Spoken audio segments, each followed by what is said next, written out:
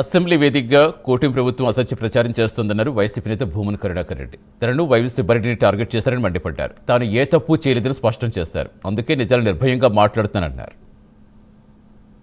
నన్ను అరెస్టు చేయాలి, మీ ఇష్టం వచ్చినట్టుగా ఈరోజు శాసనసభలో వెంటనే సుబ్బారెడ్డిని నన్ను అరెస్టు చేయాలన్నది వాళ్ళ ఉద్దేశం.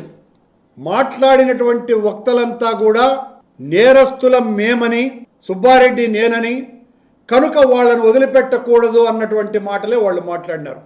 సిట్ తన నివేదికలో ఎక్కడా కూడా మమ్మల్ని దోషులుగా ప్రకటించాల. మేమేదో సుబ్రహ్మణ్య స్వామి చేత రిట్ పిటిషన్ వేయించినట్టుగా పచ్చి అబద్ధాలు చెప్తున్నారు. సుబ్రహ్మణ్య స్వామి ఎక్కడా చెప్పలేదే, మేమెక్కడా ఓన్ చేసుకోలేదే. మీ అరాచక పాలన తీరు పట్ల, మీరు భగవంతుడి పట్ల చేస్తున్న అపచారం పట్ల బహుశా సుబ్రహ్మణ్య స్వామి గారు సుప్రీంకోర్టుకు వెళ్ళి ఉండవచ్చును. దాన్ని మేమేం ఓన్ చేసుకోవాలా. మీరు మాట్లాడుతున్నారు.